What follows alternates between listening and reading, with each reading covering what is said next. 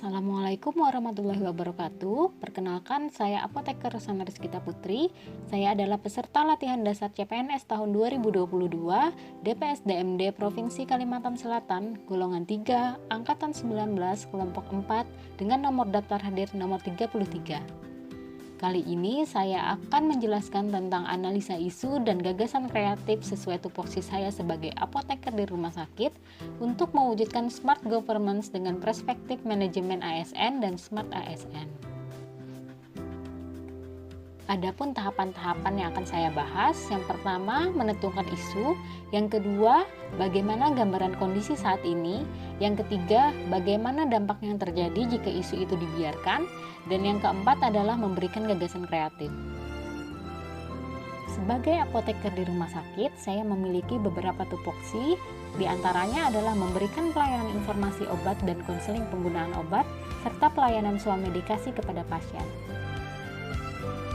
Selanjutnya, saya akan menjabarkan isu yang terjadi di instansi tempat saya bekerja, yaitu masih belum optimalnya sarana dan prasarana yang masih minim dalam pelayanan kefarmasian, yaitu tempat penyerahan obat yang terlalu kecil, yang kedua belum adanya nomor antrian untuk pasien yang mengambil obat, dan yang ketiga belum adanya speaker untuk memanggil pasien. Fakta kondisi saat ini yang terjadi yang diakibatkan karena tempat penyerahan obat yang terlalu kecil adalah yang pertama, pasien tidak bisa dengan optimal mendapatkan informasi obat, lalu pelayanan resep menjadi terhambat karena hanya bisa melayani satu pasien saja. Jika pasien mendapatkan obat dalam jumlah banyak, maka obat tidak bisa diserahkan di tempat pelayanan obat, melainkan harus melewati pintu masuk depo farmasi. Selain itu, karena belum tersedianya mesin nomor antrian, kadang pasien tidak menaruh resep sesuai dengan antriannya. Dan yang terakhir, karena belum tersedianya speaker di depo obat rawat inap, kadang pasien tidak mendengar saat namanya dipanggil. Adapun dampak yang akan terjadi jika isu-isu tersebut tetap dibiarkan, yang pertama pelayanan obat tidak bisa diberikan secara efektif dan optimal, dan yang kedua kepuasan pasien dalam pelayanan kefarmasian akan berkurang.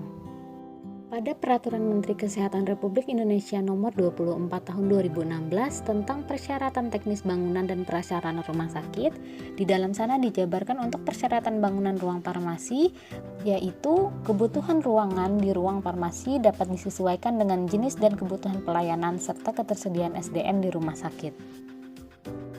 Oleh karena itu, saya memberikan gagasan kreatif berupa berkolaborasi dengan atasan saya, yaitu kepala instalasi farmasi dan pihak manajemen rumah sakit untuk yang pertama dilakukannya renovasi untuk perluasan tempat penyerahan obat, yang kedua menyediakan mesin antrian untuk pasien, dan yang terakhir menyediakan speaker.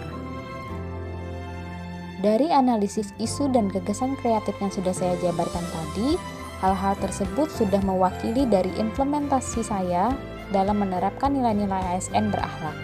Yang pertama, berorientasi pelayanan, yaitu memberikan pelayanan kefarmasian secara optimal kepada pasien, meningkatkan kepuasan pasien dan kenyamanan pasien.